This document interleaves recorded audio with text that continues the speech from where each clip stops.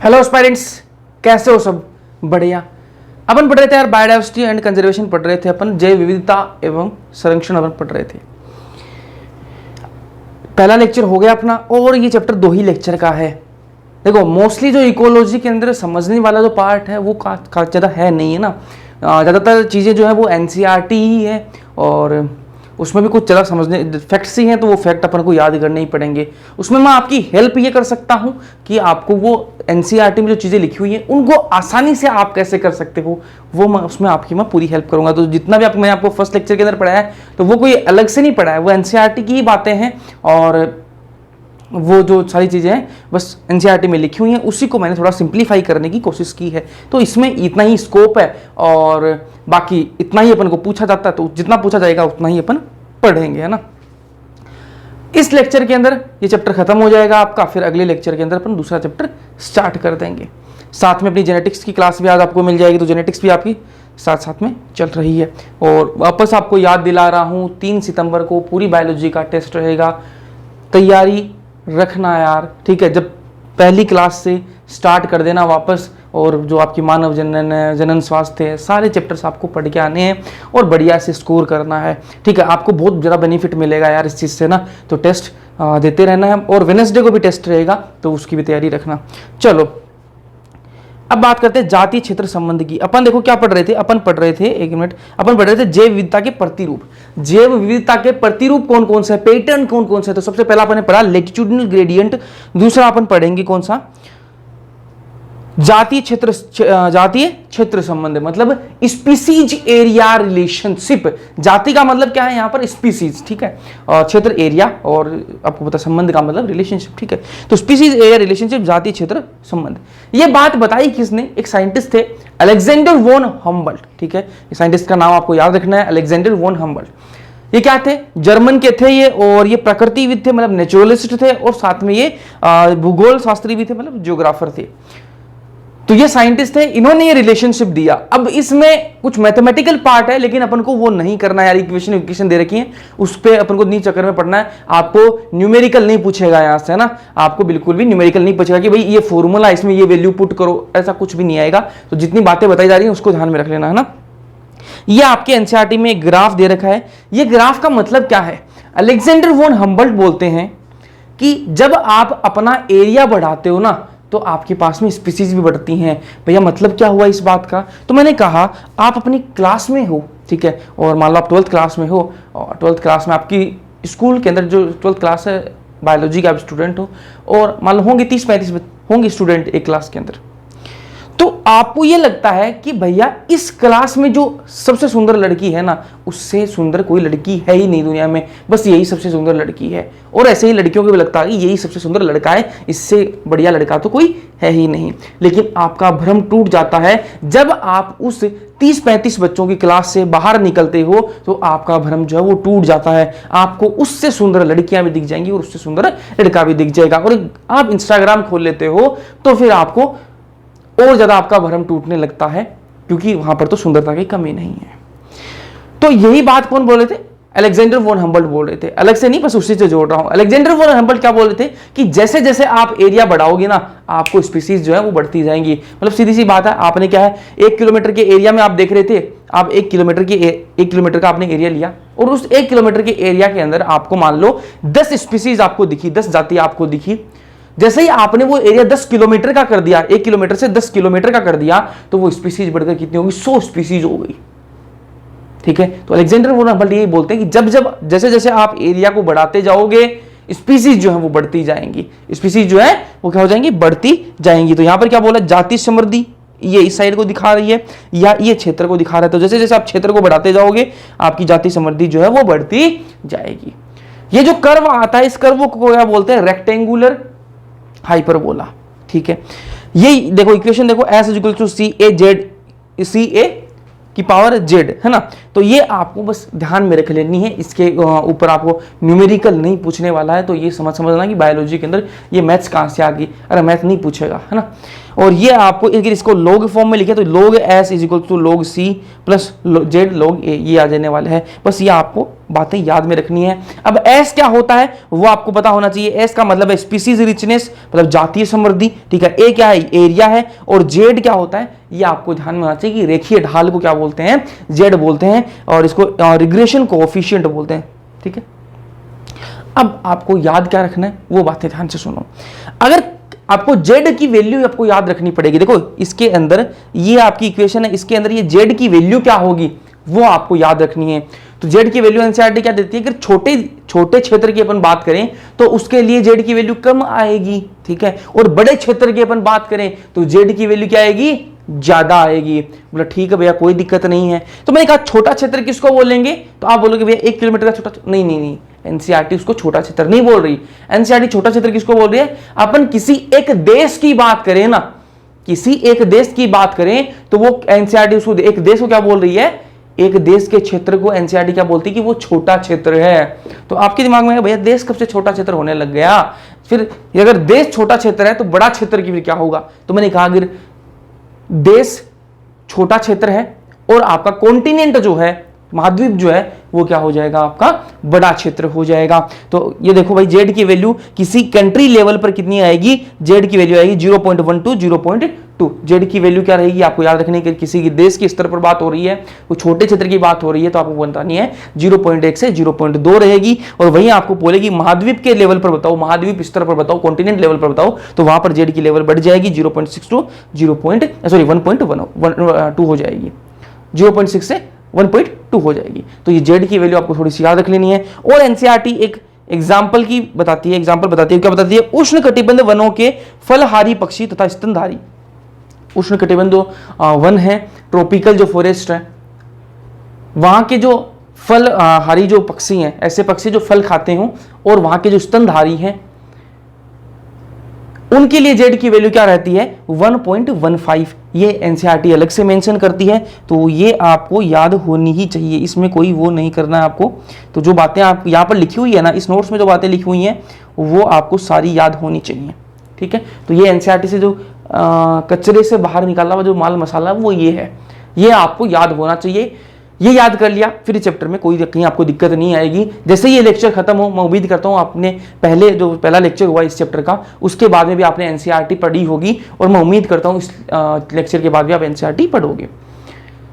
और कुछ स्टूडेंट्स को यार ये समझ में नहीं आ रहा था कि एनसीईआरटी कौन सी है, वो कोई दूसरे पब्लिकेशन की लेके आ गई एनसीईआरटी के नाम पर। अरे वो एनसीईआरटी नहीं है, उनको भी दिक्कत इसलिए हो रही है क्योंकि स्टेट बोर्ड्स जो हैं उनके अंदर कुछ स्टेट बोर्ड ऐसे हैं जिनके अंदर वहाँ की स्टेट बोर्ड की बुक चलती है, वहाँ पर एनसीईआरटी की बुक नहीं चलती। तो उनको मैं बता दूं, मैंने ग्रुप के अंदर फोटो भी डाली थी कि एनसीईआरटी की जो बुक है 11वीं और 12वीं की, ठीक है, वो किसी पब्लिकेशन की नहीं आती, ठीक है। तो वो आप जाके दुकान पर बोलो 11वीं और 12वीं की एनसीईआरटी की बुक दो हमें। फोटो आप इंटरनेट पर देख सकते हो कि कौन सी होती है एनसीईआरटी की बुक यार, है ना। तो आप ऐसे किसी बुक को मत उठा के लाओ, पहले पूछ लिया करो, मुझे मैसेज करके मुझे पूछ लिया करो, भाई कौन सी, भैया बताओ बुक कौन सी है वो एनसीईआरटी की, बताओ तो सही हमें। तो आप जब भी पूछो मेरे को पूछ लिया करो। ऐसे ही किसी दुकान पे गए आप, एनसीईआरटी वो अपने फायदे के लिए आपको कोई भी बुक पब्लिकेशन की बुक पकड़ा दे रहा है, किसी अलग राइटर वाइटर कोई नहीं है इस बुक का।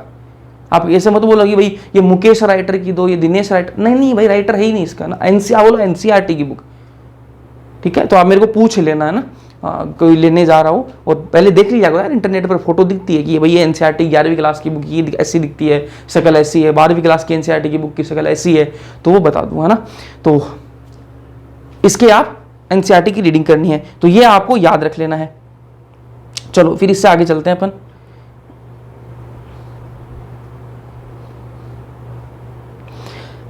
ये बात करिए अपन ने स्पीसीज एरिया रिलेशनशिप की। फिर बात करते हैं अपन जैव विविधता का महत्व है। अब अपन ने पहले लेक्चर में पढ़ा यार जैव विविधता क्या होती है, अपन ने वो तो पढ़ लिया। आपके लिए बोले, आपने भी कहा कि भैया हमें समझ में आ गई है जैव विविधता क्या बवाल है, लेकिन हमें बताओ उसका महत्व क्या है यार, है ना। जैव विविधता ठीक है कि भाई बहुत सारे अलग अलग टाइप के क्या पाएंगे, जीव पाए जाएंगे, उसको जैव विविधता बोल दिया, लेकिन आप हमें यह बताओ कि इसका महत्व क्या है, ठीक है। तो इसको समझाने के लिए एक साइंटिस्ट है डेविड टिलमान, ठीक है, एक साइंटिस्ट है डेविड टिलमान, नाम याद रखना है डेविड टिलमान।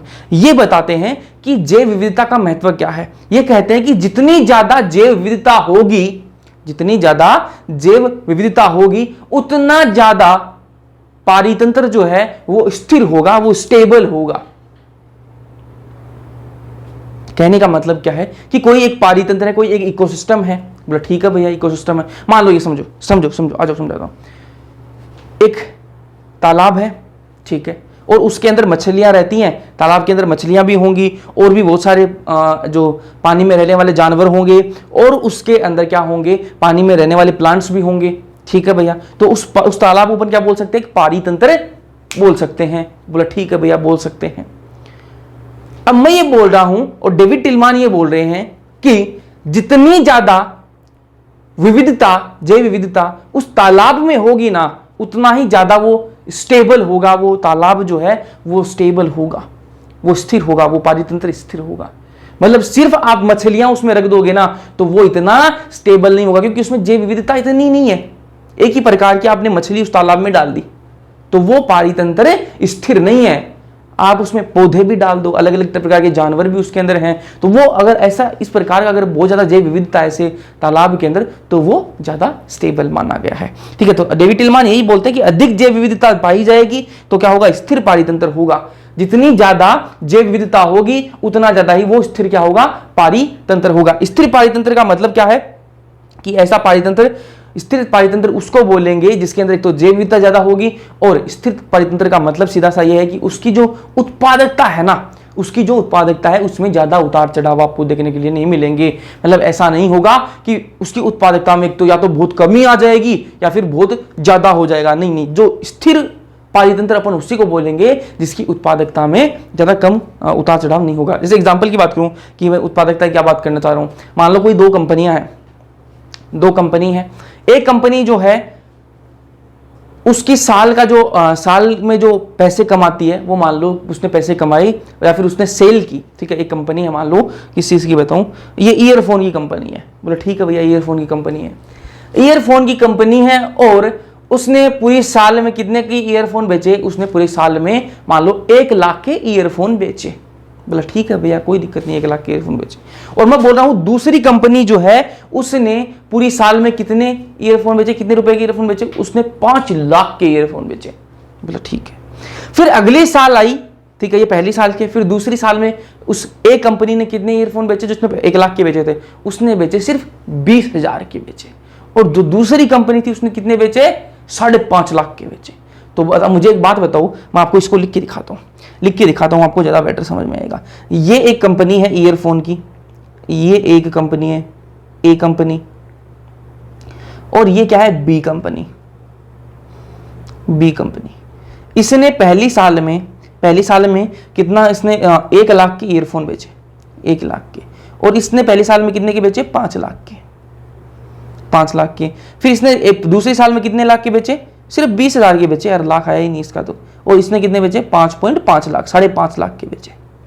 अब मुझे एक बात बताओ, इन दोनों कंपनियों में उत्पादकता में ज्यादा उतार चढ़ाव किसमें आया है भैया, एक कंपनी जो है ना वो पहली साल में तो 1 लाख के बेचे, दूसरे साल में सिर्फ 20,000 के ही बेच पाई। तो यहां पर क्या है, उतार चढ़ाव बहुत ज्यादा आ गया। और यहां पर देखो बी कंपनी 5 लाख कि पहली साल में बेचे, दूसरे साल में 5.5 लाख, तो यहां पर उतार चढ़ाव बहुत कम है। तो कौन सी कंपनी ज्यादा स्टेबल है, स्थिर कंपनी कौन सी है यार, ये तो बहुत कैसे स्टेबल है, ये कंपनी जो है वो कैसे स्टेबल है, एक साल में 1 लाख के बेचे, दूसरे साल में 20,000 की, और पता चला अगले साल बंद ही हो गई, ये कंपनी बंद ही होगी। तो ये तो स्टेबल बिल्कुल नहीं है। ठीक है, स्टेबल कौन सी है, बी कंपनी भैया स्टेबल है, इसमें ज्यादा उतार चढ़ाव नहीं देखने के लिए मिल रहे। तो ऐसे ही है कि हाँ, वो क्या बोल रहे हैं अपन कि ऐसा पारितंत्र जिसमें उत्पादकता में उतार चढ़ाव कम होंगे ना, वो क्या है, आपका स्थिर पारितंत्र है। ऐसा पारितंत्र जिसके उत्पादकता में उतार चढ़ाव कम हो रहे हैं वो क्या बोल देंगे, उसको अपन स्थिर पारितंत्र बोल देंगे। समझ में आया या नहीं आया, चलो आगे चलते हैं। और जो स्थिर पारितंत्र होता है ना, उसको आप कितना ही छेड़ लो, मान लो मानव ने कोई डिस्टर्बेंस क्रिएट कर दिया, ठीक है, आप हो, ठीक है, और आपने क्या किया, तालाब है, मैंने तालाब का एग्जांपल दिया, उसके अंदर मछलियां भी हैं, पानी में रहने वाले और भी जीव हैं, पौधे भी लगे हुए उसके अंदर, मतलब वो स्थिर पारितंत्र है वो तालाब, है ना। आप गए उसमें आपने क्या कर दिया, पत्थर फेंक दिया उसमें, ठीक है, और मानव है, इंसान है, कुछ भी करता है ना, इंसान है, कुछ भी चाहता है। तो क्या कर दिया, क्या डाल दिया उसमें आपने, पत्थर डाल दिया, क्या फर्क पड़ेगा, कुछ फर्क नहीं पड़ेगा। क्यों नहीं पड़ेगा, क्योंकि वो क्या है, स्थिर पारितंत्र है। और मान लो वो स्थिर पारितंत्र नहीं होता तो उसको फर्क पड़ता। तो अगर आप उसमें एक पत्थर डाल रहे हो, फिर कोई एक कुछ भी आप बदलाव ला रहे हो, तो उसमें इतना कोई खास फर्क नहीं पड़ता है। या फिर प्राकृतिक कोई बाधा आती है ना, स्थिर पारितंत्र के अंदर कोई प्राकृतिक बाधा आ जाएगी ना, तो भी इतना कोई खास फर्क नहीं पड़ेगा। मान लो तालाब है और बारिश थोड़ी ज्यादा हो गई, तो भी इतना कोई खास फर्क नहीं पड़ेगा उसको, है ना। विदेशी एलियन जातियों के आक्रमण से भी प्रतिरोध आ जाता है। ऐसे पारितंत्र जो स्थिर पारितंत्र है ना, मतलब देखो आप, स्थिर पारितंत्र कब बनेगा, जब जैव विविधता ज्यादा होगी। जब जैव विविधता ज्यादा होती है तो स्थिर पारितंत्र बनता है। ये बात तो समझ गए आप, है ना। और जो स्थिर पारितंत्र होगा ना, उसके अंदर अगर आप कोई एलियन स्पीसीज, भैया एलियन क्या होता है, तो मैं बोल रहा हूं कि जो बाहरी स्पीसीज होते हैं ना, जो बाहरी जाति होती है, उसको एलियन बोल दिया अपन ने। भैया समझाओ हमें। मैं बोल रहा हूं एलियन किसको बोलेंगे। मान लो कि अपन इंडिया में रह रहे हैं, ठीक है, और बाहर से कोई नेपाल से इंडिया के अंदर आ रहा है, तो वो अपने लिए विदेशी है या नहीं है, जल्दी बताओ भाई। अपने लिए वो विदेशी, पाकिस्तान से कोई आ रहा है, वो अपने लिए विदेशी है या नहीं है, बिल्कुल है भैया। जो अपने यहां का नहीं है ना, जो अपने क्षेत्र का नहीं है, किसी दूसरे क्षेत्र से आ रहा है, उसको अपन विदेशी या एलियन बोल देंगे। उसको अपन क्या बोल देते हैं, विदेशी या फिर एलियन उसको बोल देते हैं। मान लो मैं राजस्थान से हूं और कोई दूसरी जगह से आ रहा है, तो वो मेरे क्षेत्र का नहीं है ना, तो वो मेरे लिए क्या हो गया, एलियन हो गया। ऐसे समझ लो आप, ठीक है। तो अगर कोई विदेशी जाति अगर आक्रमण कर देती है, मान लो ये एक जंगल है भाई, ये एक जंगल है, ठीक है, इस जंगल के अंदर कोई शेर घुस गया और उसने आक्रमण कर दिया। अब शेर इस जंगल के लिए क्या है, विदेशी है, क्योंकि वो बाहर से आया है, इसलिए विदेशी है, एलियन है, उसने आक्रमण कर दिया। अगर ये जंगल क्या है, स्थिर पारितंत्र है ना, अगर ये जंगल क्या है, स्थिर पारितंत्र है, तो इसको कुछ शेर से कोई ज्यादा खास फर्क नहीं पड़ने वाला है। समझ गए या नहीं समझे, ठीक है। तो डेविड टिलमान ने ऐसे समझाने की कोशिश करी कि भैया जैव विविधता की महत्व बहुत ज्यादा है, अगर जैव विविधता ज्यादा होगी तो पारितंत्र जो है वो स्थिर रहता है, ये डेविड टिलमान ने कहा। फिर एक और साइंटिस्ट थे पॉल अर्लिख, एक साइंटिस्ट थे पॉल अर्लिख। ये साइंटिस्ट इन्होंने समझाने की कोशिश की, पारितंत्र को ये भी समझा रहे हैं कि पारितंत्र कितना इंपॉर्टेंट है, ये समझाने की कोशिश कर रहे हैं ना, इंपॉर्टेंट समझा रहे हैं अपन को। तो डेविड टिलमान कहते हैं कि भाई जैव विविधता ज्यादा होगी तो आपको ही फायदा है, आपका पारितंत्र जो वो स्टेबल रहेगा। एक मिनट दीजिए, मुझे पानी पी लेने दीजिए। अंकल जी मुझे पानी पिला दीजिए। चलो, तो पॉल अर्लिख साहब जो है, इन्होंने एक परिकल्पना दी, रिवर्ट पॉपर परिकल्पना, रिवर्ट पॉपर हाइपोथेसिस इंग्लिश में। तो ये रिवर्ट पॉपर परिकल्पना क्या है, देखो ये जो पॉल अर्लिख साहब है, इन्होंने पारितंत्र को, जो इकोसिस्टम है, उसको कंपेयर किया किससे, एरोप्लेन से। इन्होंने कहा कि आप इसका महत्व इस प्रकार समझो, पारितंत्र का महत्व क्या है, इसको आप ऐसे समझो, जैव विविधता जो है इसका महत्व क्या है, क्योंकि जैव विविधता ज्यादा होगी तो पारितंत्र क्या होगा, स्थिर होगा। तो इन्होंने कहा कि एरोप्लेन है, एरोप्लेन है, बिल्कुल एरोप्लेन है भैया। तो आप एरोप्लेन को क्या समझोगे, वो पारितंत्र है।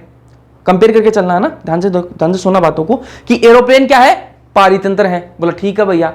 और उसके अंदर जो एरोप्लेन के पुर्जे लगे हुए हैं ना, एरोप्लेन के देखो छोटे छोटे पार्ट्स हैं। देखो एरोप्लेन ऐसे थोड़ी ना है कि भाई अपनी कोई मशीन है उसमें से पूरी एरोप्लेन निकल गई, ऐसा थोड़ा ना है कि भाई टायर उसका कहीं और से आया होगा, उसके नेटबोल्ट से उसको पूरा बनाया होगा ना।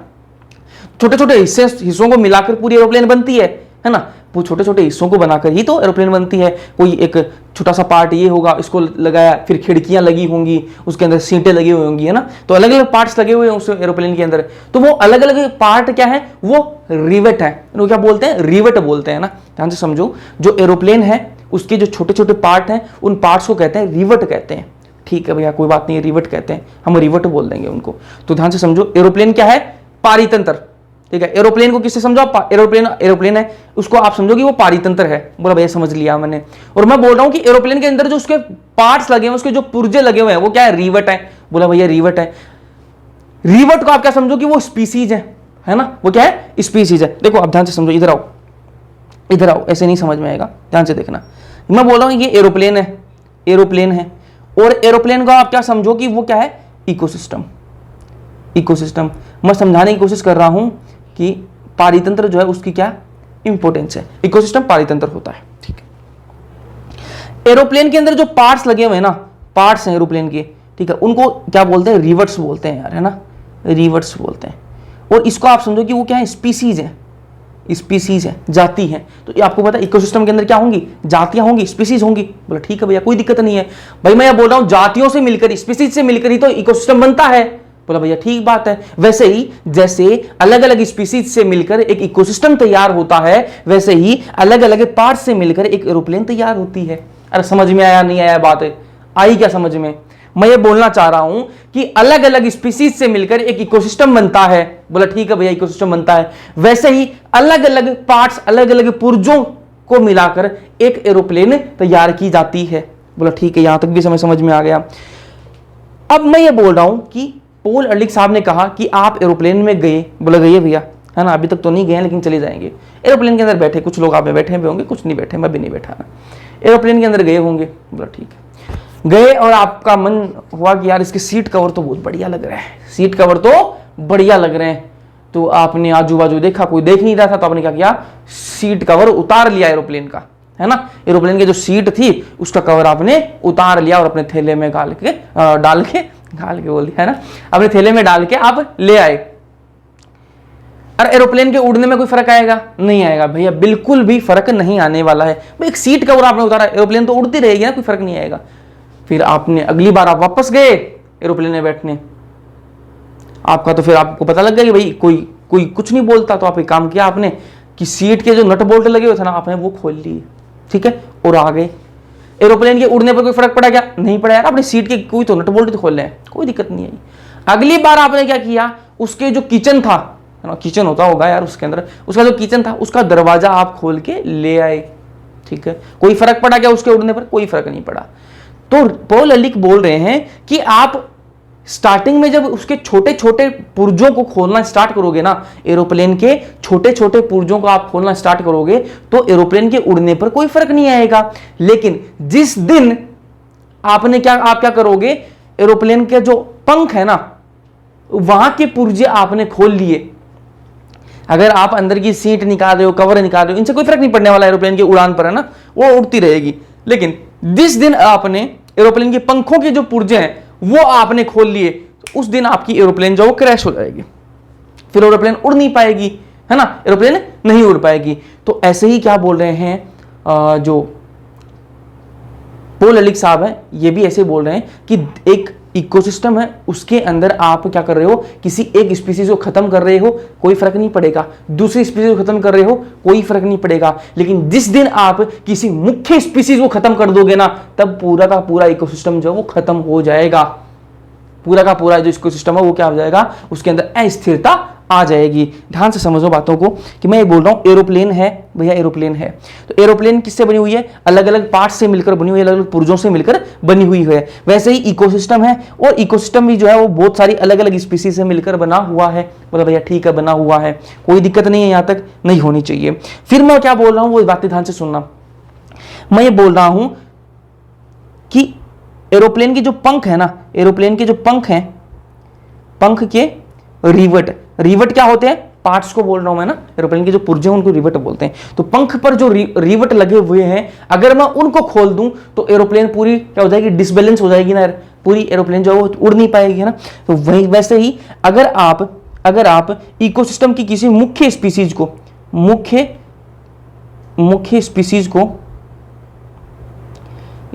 को खत्म करोगे,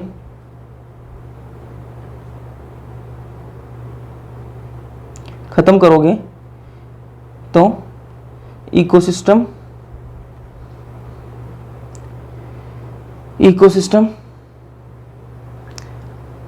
अनस्टेबल हो जाएगा।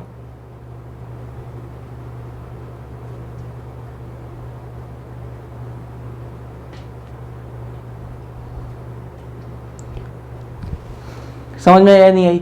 मैं बोल रहा हूं कि एक इकोसिस्टम है, कोई एक जंगल है ना, उस जंगल का क्या मान लो इकोसिस्टम है। बोल भैया ठीक है, इकोसिस्टम है। आप गए, आपने क्या है, एक दिन गए और आपने सारी बिल्लियां खत्म कर दी। उस जंगल में बिल्लियां थी, आप सारी बिल्लियां आपने खत्म कर दी। अरे कोई दिक्कत आएगी पूरे इकोसिस्टम पर? कोई दिक्कत नहीं आएगी।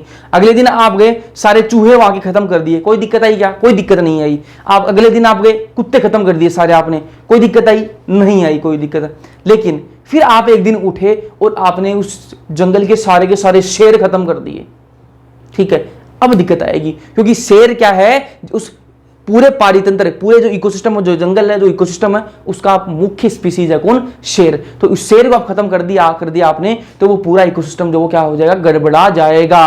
कैसे गड़बड़ा जाएगा भैया? क्योंकि देखो आपने चूहे खत्म कर दिया आपने सारे, कोई दिक्कत नहीं है, बिल्लियां भी खत्म कर दी, कुत्ते भी खत्म कर दिए, लेकिन जिस दिन आप शेर को खत्म कर दोगे ना, तो वहां पर क्या है? बकरियां हो जाएंगी। क्या हो जाएंगे? आपके हिरण हो जाएंगे, है ना। उनको कोई कंट्रोल करने वाला नहीं है ना, फिर कोई कंट्रोल करने वाला नहीं है ना। यार समझ में आई या नहीं भाई बात? मैं ये बोलना चाह रहा हूं सिंपल सी कि पारितंत्र की इंपॉर्टेंस क्या है, जैव विविधता की इंपॉर्टेंस क्या है। तो पहले अपने डेविड टिलमान साहब ने बता दिया कि जैव विविधता जितनी ज्यादा होगी उतना बढ़िया आपका पारितंत्र स्थिर होगा। बोला ठीक बात है। फिर पॉल अर्लिख साहब लेके आए एरोप्लेन का कॉन्सेप्ट। इन्होंने कहा कि एरोप्लेन को आप किससे तुलना करो? पारितंत्र से तुलना करो, इकोसिस्टम से तुलना करो। ठीक है, तो आपका जो एरोप्लेन है उसका आप समझ लो कि वो इकोसिस्टम है।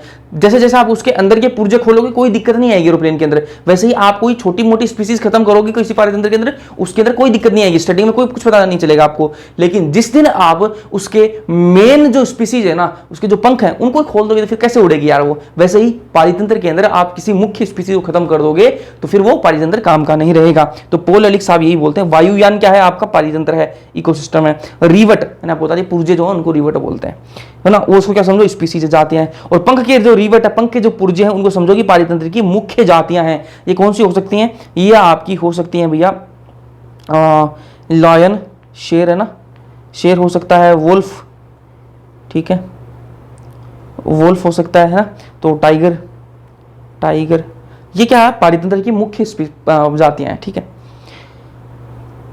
अब अपन ने महत्व पढ़ लिया भाई, पारितंत्र का महत्व क्या अपन ने पढ़ लिया। ठीक है, अब बात करेंगे जैव विविधता की क्षति। ठीक है, ये जो जैव विविधता है इसका महत्व क्या है वो डेविड टिलमान ने बताया हमें, पॉल अर्लिख साहब ने बताया। लेकिन अब ये जो जैव विविधता है इसकी क्षति कैसे हो रही है, इसका लॉस कैसे हो रहा है, ये कम क्यों हो रही है?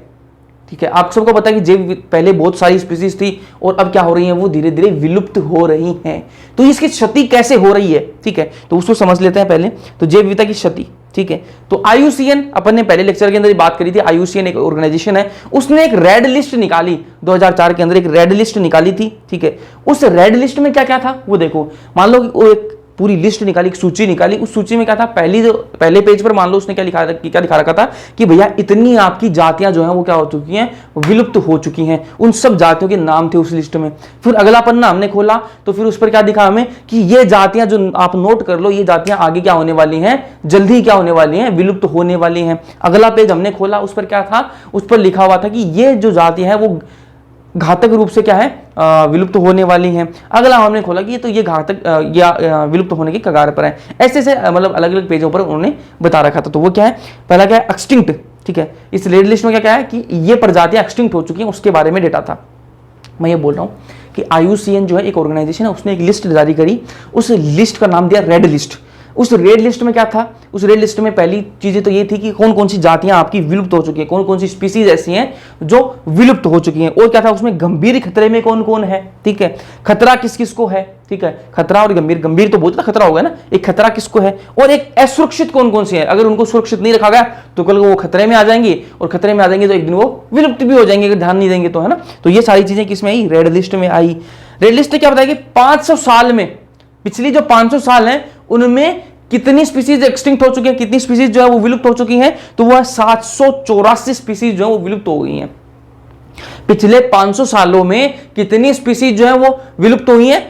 784 स्पीसीज जो है वो विलुप्त हो चुकी हैं। अब ये 784 स्पीसीज किसकी हैं वो देख लो भाई, है ना। 338 तो क्या है? कशेरुकी है। ठीक है, और इनमें से 359 क्या है? अकशेरुकी हैं, और 87 क्या है? आपकी पादप स्पीसीज है ना, प्लांट स्पीसीज है। ठीक है, तो ये 784 टोटल स्पीसीज हैं जो विलुप्त हो गई हैं, अब हमारे बीच नहीं रही है। और ये पिछले 500 साल का डेटा है, और इसमें से इस 784 में से कौन कौन क्या है? कशेरुकी कितने हैं? 338 हैं जो विलुप्त हो गए हैं, और 359 अकशेरुकी हैं जो विलुप्त हो गए हैं, और 87 प्लांट की स्पीसीज हैं। 87 प्रकार के ऐसे प्लांट हैं जो अपने बीच नहीं रहे हैं। ठीक है, अब बात ये कुछ विलुप्त जातियां दे रखी हैं। अब ये आ रही है डेटा, आपको याद रखना चाहिए, है ना, ये डेटा आपको याद रखना ही चाहिए। ठीक है, अब विलुप्त जातियों की बात करते हैं। थोड़ा सा पानी पीऊंगा फिर करेंगे ना।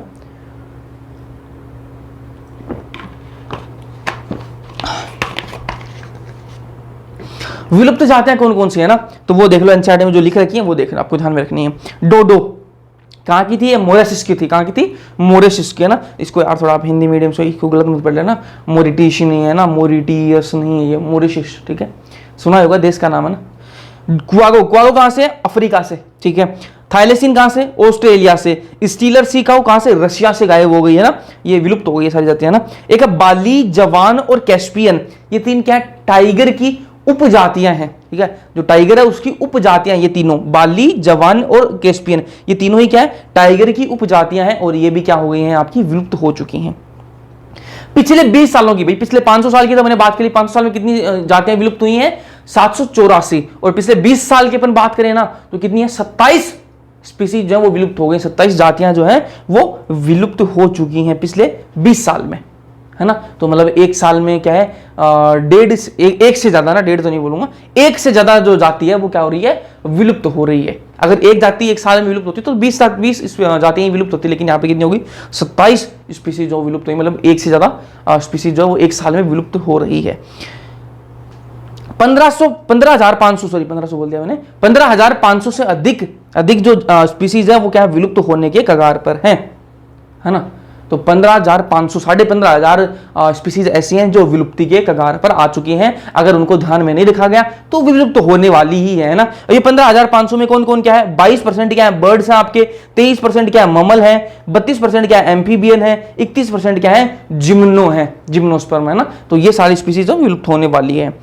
अब ये सारा यार डेटा ये है ना, उसमें क्या ही करूँ ना। पृथ्वी पर जो जीवन है वो कितने सालों से है? भाई 3 बिलियन साल से अधिक है। अपन देखो उसमें पढ़ के आए हैं अपना इवोल्यूशन में, विकास में अपन पढ़ के आए ना ये सारी चीजें, कि भाई पृथ्वी पर जो जीवन है वो कितने सालों से? 3 बिलियन साल से अधिक सालों से जीवन चल रहा है। तो आपको क्या लगता है कि ये पहली बार हो रहा है कि ये विलुप्ति जो चल रही है ये पहली बार हो रही है? नहीं जी, ये विलुप्त जो चीजें हो रही हैं ऐसा पहली बार नहीं हो रहा। मतलब धरती जो पहली बार खत्म नहीं हो रही है, जीवन जो है, ये जातियां जो पहली बार खत्म नहीं हो रही। तो भैया कब पहले खत्म हो चुकी हैं? तो मैंने कहा कि ऐसी विलुप्तियां जो हैं वो 5 बार हो चुकी हैं, है ना। देखो मैं ये बोल रहा हूं कि धरती पर जो जीवन है ना, अर्थ पर जो जीवन है, अर्थ पर जो जीवन है वो कब से है? 3 बिलियन साल से, ठीक है। 3 बिलियन साल से अधिक, ठीक है। और मैं ये बोल रहा हूं इन 3 बिलियन साल में, ठीक है, 3 बिलियन साल में कितनी बार विलुप्ति हो चुकी है? 5 बार विलुप्ति हो चुकी है, ठीक है। 5 बार जो विलुप्ति है वो हो चुकी है। मतलब ये पहली बार नहीं हो रही, ये जो विलुप्तियां अपन पढ़ रहे हैं ये पहली बार नहीं हो रही, इससे पहले हो चुकी हैं एक बार, 5 बार हो चुकी है, एक बार नहीं 5 बार हो चुकी हैं। तो ये कौन सा चल रहा है? ये जो विलोपन चल रहा है कौन सा चल रहा है? छठा विलोपन चल रहा है। इससे पहले क्या है? 5 बार जो विलुप्तियां जो है वो हो चुकी हैं, है ना।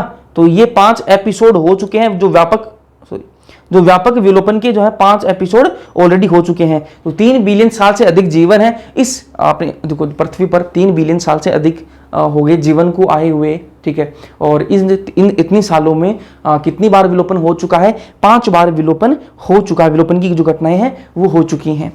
तो ये कौन सा चल रहा है? ये छठा विलोपन प्रगति पर है आज के टाइम पर जो चल रहा है। आज से पहले 5 विलोपन ऐसे हो चुके हैं, लेकिन आज जो चल रहा है वो कौन सा? छठा विलोपन चल रहा है। और साइंटिस्ट का ये मानना है कि जो छठा विलोपन चल रहा है वो 100 से 1000 गुना तीव्र है, ठीक है। वो बहुत फास्ट चल रहा है। इससे पहले जो 5 हुए हैं ना, 5 विलोपन हुए हैं वो धीरे धीरे हुए थे, लेकिन जो छठा विलोपन चल रहा है ना ये बहुत ही फास्ट, तेज गति से ये चल रहा है। तो 100 से 1000 गुना तीव्र है ये, ठीक है। ये सारी एनसीईआरटी की बातें। और साइंटिस्ट ने ये भी प्रिडिक्ट किया है, ये भी भविष्यवाणी करी है कि अगले 100 सालों में 50% स्पीसीज जो है वो विलुप्त हो जाएंगी। साइंटिस्ट ने कहा है कि अगले जो 100 साल आएंगे उनमें 50% जो स्पीसीज है ना वो क्या हो जाएंगी? विलुप्त हो जाएंगी, ठीक है। तो ये सारी चीजें आपको याद रखनी है। अब बात करते हैं जैव विविधता की क्षति के कारण। अपन देखते हैं भाई ये जैव विविधता भाई खत्म हो रही है ना, चीजें विलुप्त हो रही हैं, ये हो क्यों रहा है? कारण क्या है इसका, है ना। ये विलोपन हो क्यों रहा है? कारण समझते हैं इसका ना। तो जैव विविधता की क्षति के कारण क्या क्या है? पहला है आवासीय क्षति तथा विखंडन। पहला क्या है? पहला कारण क्या है? ये कारण आपको याद रखने यार, है ना। आवासीय क्षति तथा विखंडन। आवासीय क्षति का मतलब क्या है कि भाई उनका घर ही आप बर्बाद कर रहे हो। जो जातियां हैं, जो स्पीसीज हैं, उनका आप घर ही बर्बाद कर रहे हो। तो घर किसी का बर्बाद होगा तो वो रहेगा कहां? नहीं रह पाएगा, तो वो मरेगा ही फिर, है ना। उसकी जाति फिर खत्म ही हो जाएगी। तो अपन क्या कर रहे हैं, जंगलों को काट रहे हैं। जंगल काटेंगे तो वहां पर रहने वाली जो जातियां हैं वो खत्म ही हो जाएंगी ना, है ना। विखंडन क्या होता है बताऊंगा। तो ये विलुप्तीकरण का मुख्य कारण है। आपको एग्जाम में पूछ ले कि विलुप्तीकरण का मुख्य कारण कौन सा है, कारण तो 3-4 बताऊंगा मैं आपको, लेकिन इनमें से मुख्य कारण कौन सा है, तो आप क्या बताओगे, आवासीय क्षति तथा विखंडन। ठीक है, ये आपको याद में रखना। तो ये मुख्य कारण है। ठीक है, वर्षा वन की बात करूं ना तो पृथ्वी का कितना क्षेत्र कवर करता था, 14%, है ना। पृथ्वी वर्षा वन जो है वो पृथ्वी के 14% क्षेत्र में फैले थे, है ना। पहले के टाइम पर जो वर्षा वन थे वो पृथ्वी के 14% क्षेत्र पर क्या है, फैले हुए थे। लेकिन अपन ने काट दिया उसको, काट काट के आज कहां पहुंचा दिया अपन ने, सिर्फ 6% से अधिक क्षेत्र नहीं है ना, 6% क्षेत्र में ला दिया उसको। पहले जो वर्षा वन थे वो पृथ्वी के कितने क्षेत्र में थे, 14% क्षेत्र पर वर्षा वन फैले हुए थे, और अपन ने इतना उन क्षेत्रों को काटा है कि 14% से कहां ले आए, 6% पर ले आए। ठीक है, अमेजन वर्षा वन की बात करूं मैं, अमेजन वर्षा वन की बात करूं मैं तो पृथ्वी का फेफड़ा है। ठीक है, अमेजन वर्षा वन को क्या कहा जाता है, पृथ्वी का फेफड़ा कहा जाता है ना। क्यों, क्योंकि बहुत बड़ा जंगल है और इसलिए उसको पृथ्वी का फेफड़ा कहा जाता है, और ऑक्सीजन वहां से मिलती है, फेफड़ा इसीलिए बोला है ना। सोयाबीन की खेती तथा जानवरों के चारागाहों के लिए काटा जा रहा है। ये जो सोयाबीन की काटा क्यों जा रहा है, कि सोयाबीन की खेती ज़्यादा बड़े स्केल पर करनी है और उसको ग्रास लैंड में बदलना है, इसलिए उसको काटा जा रहा है। ठीक है, ये पहला रीजन हो गया। पहला रीजन मैंने आपको बता दिया क्या होता है। पहला रीजन मैंने आपको बता दिया कि आप क्या कर रहे हो, आवासीय क्षति कर रहे हो, उनका घर ही आप उजाड़ रहे हो, घर आप उनका बर्बाद कर रहे हो, तो उनके रहने के लिए जगह नहीं है। तो आप बोलोगे भैया विखंडन क्या है, तो मैंने कहा ये जंगल है, मान लो ये जंगल है, विखंडन समझा रहा हूँ, ये जंगल है। इस जंगल के बीचों बीच आपने रोड निकाल दी, इस जंगल के बीचों बीच आपने क्या कर दी, ये जंगल है, इसके बीचों बीच आपने क्या कर दी, रोड निकाल दी। तो क्या होगा, इधर और इधर बीच में आपने क्या कर दिया, बंटवारा कर दिया भाई, विखंडन कर दिया। ठीक है, तो इधर वाले जो स्पीसीज है वो इधर वालों के साथ में क्या है, बातचीत नहीं कर सकती। तो इस वजह से क्या होता है, उनके बीच में इंटरेक्शन नहीं हो पाता, इस वजह से वो क्या होता है, विलुप्त हो रही हैं वो जातियां। आपने जंगल के बीचों बीच कॉलेज बना रहे हो, यूनिवर्सिटी बना रहे हो, उस चक्कर में वही खत्म हो रही जाती है ना। तीसरा क्या, अति दोहन। आप क्या कर रहे हो, अति दोहन कर रहे हो, ओवर एक्सप्लॉइट कर रहे हो। भैया ये क्या होता है, भाई आपका जब जरूरत जब लालच में बदल जाए ना, जरूरत किसी इंसान को जरूरत हो उतना काम मिले, जरूरत हो जितना काम मिले तो फिर कोई दिक्कत नहीं है। लेकिन जरूरत हो और वो जरूरत किस में बदल जाए, लालच में बदल जाए। ठीक है, और इंसान तो लालची होता ही है। तो जरूरत जब लालच में बदलने लगे तो उसका कारण क्या बनता है, अतिदोहन। ठीक है, अतिदोहन ही होता है उसके कारण। ठीक है, तो डोडो, स्टीलर शीप, पैसेंजर पिजन अमेरिका के अंदर ये सारे क्या है, अतिदोहन के कारण क्या है, ये जातियां जो है विलुप्त हुई हैं। तो ये दूसरा रीजन होगा। तीसरा क्या है, विदेशी जातियों का आक्रमण। भाई कोई विदेशी जाति मैंने आप लोगों को समझा दिया, कोई एक एरिया है, कोई बाहर से इस एरिया के अंदर कोई जाति आई, मान लो शेर कोई बाहर से इस एरिया के अंदर आया, तो वो क्या है, विदेशी जाति है ना। तो विदेशी जातियों का आक्रमण हो गया उस, मान लो ये एक क्षेत्र है, इसके अंदर बहुत सारे जीव हैं और ये यहाँ से एक शेर आया, ये आके खा गया उनको, है ना। तो वो बहुत सारी जातियां क्या हो जाएंगी, विलुप्त हो जाएंगे, है ना। तो ये इसका एग्जाम्पल भी दिया, अलग अलग एग्जाम्पल दिए। विदेशी जातियों का आक्रमण हो गया, जैसे एक नाइल पर्च है। ठीक है, नाइल पर्च को क्या कर दिया, विक्टोरिया झील में डाला गया। एक विक्टोरिया झील है, अपन ने क्या किया, नाइल पर्च को लाए अपन, है ना, और विक्टोरिया झील के अंदर उसको डाल दिया, भैया। इससे क्या हुआ, इससे हुआ ये कि जो विक्टोरिया झील के अंदर जो मछलियां रहती थी ना वो मर गई। अपन नाइल पर्च को लेके आए कहां पर, विक्टोरिया झील के अंदर डाल दिया, और इससे हुआ क्या, तब जो नाइल पर्च को विक्टोरिया झील में डाला गया, तब झील में रहने वाली जो सिचिलिड मछलियां थी ना, जो सिचिलिड मछलियां थी वो क्या हो गई, 200 से अधिक क्या हो गई जातियां उनकी विलुप्त हो गई। अपन क्या किया, एक विक्टोरिया झील है, उसके अंदर अपन नाइल पर्च को लाके डाला। नाइल पर्च क्या एक मछली है ना, उसको लाके डाला, तो उससे हुआ क्या, जो पहले से रह रही थी ना वहां पर सिचिलिड मछलियां, उनकी 200 से अधिक जातियां जो है वो विलुप्त हो गई, है ना। तो क्या ये क्या हुआ, विदेशी जाति आई कोई, और उसके चक्कर में जो वहां पर रह रहे थे ना वो खत्म होने लग गए। फिर एक क्या, एक आइकोनिया, ये आपने सुना होगा, water hyacinth terror of Bengal. ठीक है, इसको लाया इसलिए गया था कि ये सुंदर सुंदर फूल थे, फूल पत्ते बढ़िया थे, लेकिन अब ये इतनी तेजी से फैलने लग गया कि इसको खत्म करना मुश्किल है, क्योंकि बहुत तेजी से फैलता है, और तेजी से फैलने के साथ साथ में जो अंदर जो जीव हैं, जो पानी के अंदर जीव रहते हैं, वो भी मरने लग गए, है ना। तो इस आइकोनिया वाटर हाइसिंथ की वजह से जो पहले से जो पानी के अंदर जो जीव रह रहे थे वो मर रहे हैं, है ना।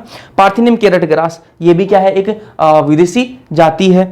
अफ्रीकन कैटफिश को अपन लेके आए, अपने जो एक्वाकल्चर है उसके अंदर लेके आए, और उसके कारण क्या हुआ, अफ्रीकन कैटफिश को लेके आने का, एक तो ये इलीगली तरीके से लेके आए थे ना, अफ्रीकन कैटफिश को अपन लेके आए इसके लाने से क्या हुआ कि जो अपनी देसी जो जातियां थी ना, जो देसी जातियां थी, वो मछलियों की जो देसी जातियां थी वो खत्म होने लग गई। अपन अफ्रीकन कैटफिश को लेके आए, है ना, और उसकी वजह से जो देसी जातियां थी ना अपनी, वो खत्म होने लग गई। अफ्रीकन कैटफिश का नाम याद रखना, क्लेरियस गेरीपाइनस, है ना, तो ये आपको याद रखना है। तो भाई विदेशी जातियों का आक्रमण होगा तो भी अपनी जो देसी जातियां हैं वो खत्म होने लग जाएंगी, ठीक है। फिर चौथा रीजन क्या है, सह विलुप्तता। चौथा रीजन क्या है, सह विलुप्तता। तो उसके अंदर क्या है, साथ जिएंगे साथ मरेंगे, वो वाला कॉन्सेप्ट है ना। तो साथ जीना है साथ मरना है, एक खत्म हो जाएगा दूसरा अपने आप खत्म हो जाएगा। तो ऐसा रिश्ता जिसके बीच में है वो, मतलब ये फिग और वास्प के बीच में ऐसा ही कुछ रिश्ता है। अगर मैं वास्प को खत्म कर दूं तो फिग मर जाएगा, और फिग को खत्म कर दूं तो वास्प वाली जाति खत्म हो जाएगी। ऐसे ही कोई कुछ फिशेस ऐसी हैं जो पैरासाइट और फिशेस के बीच में रिलेशन होता है। अगर मैं उस पैरासाइट को खत्म कर दूं तो फिश खत्म हो जाएगी, फिश को खत्म कर दूं तो पैरासाइट नहीं रह पाएगी। तो इस प्रकार ये काम चलता है ना। लाइट थोड़ा सा कम ज़्यादा कर रही है यार।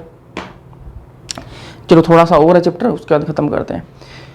अब ये बातें तो हो गई भैया, खत्म क्यों हो रही है जैव विविधता वो भी हमें पता लग गया, कारण भी हमें पता लग गई। लेकिन आप हमें ये बताओ कि इसका संरक्षण हम क्यों करें, है ना, मेरा क्या फायदा है इससे। भाई जैव विविधता क्या, आपने होती क्या है वो बता दिया हमें, महत्व क्या है वो बता दिया हमें, और आपने ये बता दिया कि इसके कारण क्या है, सटीक कारण भी बता दिया आपने कि जैव विविधता कम क्यों हो रही है। लेकिन इसका संरक्षण करना है, मान लिया आप बोल रहे तो कर लेंगे हम, लेकिन क्यों करें, हमारा पर्सनल लेवल पर क्या फायदा है, क्या फायदा। आप बोल रहे हो कि भाई आपका इकोसिस्टम जो वो अनस्टेबल हो जाएगा तो हमें क्या मतलब उससे। भाई शेर को बचाने से मेरा क्या फायदा, ये बताओ। अब बोलेंगे भाई कि फिर हमें फोटो में देखने के लिए मिलेगा। भाई हम तो आज भी फोटो में देखते हैं, कौन सा रोज शेर के साथ में घूमते हैं। नहीं, ऐसा नहीं है ना। ये हमारा जो पर्सनल फायदा है वो भी बताता हूं आपको, ना। तो एनसीईआरटी बताती है जैव विविधता का संरक्षण क्यों करें, है ना, ये क्यों करना है वो भी देखते हो। संकीर्ण रूप से उपयोगी, अगर आप संकीर्ण रूप से सोचोगे ना कि उपयोगी कैसे, भाई मेरा पर्सनल लेवल पर जैव विविधता से मुझे क्या मिलता है, क्या मिलता है मुझे जैव विविधता से, तो वो देखो, है ना। तो फूड मिलता है, ठीक है, फाइबर्स आपको वहां से मिलते हैं, है ना, जंगलों से मिलते हैं। मेडिसिन, दवाइयां मिलते हैं आपको, है ना, जो दवाइयां हैं वो भी मिलती हैं आपको। औद्योगिक उत्पाद आपको मिलते हैं, जैसे गम हो गए, रेजिन हो गए, ये वहां से मिलते हैं आपको, है ना। निर्माण सामग्री, जो कंस्ट्रक्शन मटेरियल है वो भी आपको मिलता है। 25% जो ड्रग्स है ना वो कहां से मिलते हैं आपको, प्लांट से। 25% ड्रग का मतलब क्या है, 25% जो दवाइयां हैं वो कहां से आती हैं, प्लांट से ही निकाली जाती है, प्लांट से ही बनाई जाती हैं। और 25,000 स्पीसीज प्लांट के ऐसे हैं जिनसे दवाइयां अपन निकालते हैं। ये दोनों डेटा आपको याद रखने हैं कि 25% जो दवाइयां हैं वो कहां से अपन बनाते हैं, प्लांट से बनाते हैं, और 25,000 स्पीसीज ऐसी हैं प्लांट की जिनसे अपन दवाइयां बनाते हैं। तो ये संकीर्ण रूप से जो सोचें तो ऐसे ये उपयोगी है। अगर अपन व्यापक रूप से उपयोगी देखें तो भैया अब क्या, प्रकाश संश्लेषण हो रहा है ना, और ऑक्सीजन अपन को मिल रही है, परागण हो रहा है, तो ये व्यापक रूप से। और फिर अपन नैतिक रूप से सोचेंगे, भाई देखने में कितना बढ़िया लगता है ना, देखने में कितना बढ़िया लगता है भाई, जंगल वंगल हरियाली। इंस्टाग्राम पर आप देखो, जब हरियाली दिखे तो उस पर 1-1 मिलियन लाइक जा रहे हैं, है ना, तो वो देखने में क्या बढ़िया लगता है ना। तो ये नैतिक रूप से, है ना, दार्शनिक होता है, और आध्यात्मिकता भी इससे जुड़ी हुई होती है ना। चलो अब एक वर्ड आता है जैव अन्वेषण। ये जैव अन्वेषण क्या होता है इसको समझो। आर्थिक महत्व के उत्पादों, ठीक है, आणविक, आनुवंशिक तथा जाति स्तर पर अपन किसी, देखो अपने फायदे के लिए अगर मैं किसी मॉलिक्यूल, किसी जाति या फिर किसी जीन को मैं क्या करूं, एक्सप्लोर करूं, है ना, उसके बारे में मैं जानूं, है ना। भाई मेरे को किसी एक जाति से फायदा है, मान लो मुझे एक बिल्ली की ऐसी एक जाति है जिससे मुझे फायदा है, मुझे उससे कोई प्रोडक्ट मिल जाएगा, तो मैं अगर उसके बारे में जान रहा हूं, अगर मुझे ऐसा कोई एक मॉलिक्यूल है उससे मुझे कोई फायदा है, मैं उसके बारे में जान रहा हूं, इकोनॉमी कोई इंपॉर्टेंस है ना, अगर आर्थिक कोई फायदा हो रहा है और मैं उसके बारे में जान रहा हूं तो उसी को बोलते हैं जैव अन्वेषण, उसी को बोलते हैं। अब आपने कहा भैया ठीक है कि हमें सिर्फ खाना मिल रहा है, ये मिल रहा है, वो मिल रहा है, ठीक है, हमें पता लग गया कि संरक्षण क्यों करना है, ये तो हमें पता लग गया कि भाई फायदा है हमारा ना, ये बात तो हमें पता लग गई। लेकिन अब हमें बताओ कि संरक्षण करना कैसे है। आपने सारी चीज बता दी कि जैव विविधता क्या होती है ना, सारी चीज आपने बता दी, महत्व क्या है जैव विविधता का, आपने ये बताया हमें जैव विविधता का क्षति क्यों कैसे हो रही है, इसको संरक्षण क्यों करना चाहिए, ये भी आपने बता दिया हमें। लेकिन अब हमें बताओ कि हम करें कैसे इसको संरक्षण, है ना, इसका संरक्षण हम कर कैसे सकते हैं ना, वो बताता हूं अभी।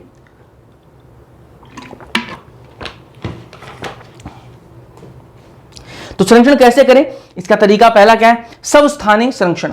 स्वस्थानीय संरक्षण का मतलब क्या है, जो इकोसिस्टम है जहां पर मान लो वो स्पीसीज रह रही है, मान लो कोई शेर की जाति है, शेर की जात शेर है, ठीक है, वो खत्म हो रहे हैं ना, तो सबस्थानिक का मतलब क्या है, अपन जहां पर वो शेर रहता है ना वहीं जाके उसको क्या करें, प्रोटेक्ट करें, उसको वहीं पर जाके क्या करें, प्रोटेक्ट करें। मान लो जंगल के अंदर शेर रहता है ना, अगर अपन उसको खुले को छोड़ देंगे तो वो मर जाएगा, है ना, उसको सारी खाना वाना नहीं मिल पाएगा। अपन एक काम करें, अपन जहां पर वो शेर रहता है वहीं जाएं और उसको क्या करें, सुरक्षित करें। वो क्या होता है, स्वस्थाने, उसी के स्थान पर जाके हम क्या करें, संरक्षण करें। तो प्राकृतिक आवास पर संरक्षण कर रहे हैं, प्राकृतिक आवास पर अगर संरक्षण कर रहे हैं तो उसको क्या बोलते हैं, स्वस्थाने संरक्षण बोलते हैं। इंग्लिश में इसी को बोलते हैं इन सिटू कंजर्वेशन, ठीक है। तो इसके अंदर क्या क्या है, हॉटस्पॉट आ जाता है, हॉटस्पॉट मोबाइल वाला हॉटस्पॉट नहीं है, हॉटस्पॉट बनते हैं, क्षेत्र होते हैं हॉटस्पॉट। कितने हैं टोटल हॉटस्पॉट, 34 हॉटस्पॉट बने हुए हैं।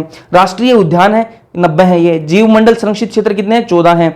वन्य जीव अभ्यारण्य कितने हैं, 448 हैं। और पवित्र उपवन कितने हैं, ये पवित्र उपवन कितने हैं, कौन कौन से वो बताऊंगा थोड़ी देर में, है ना।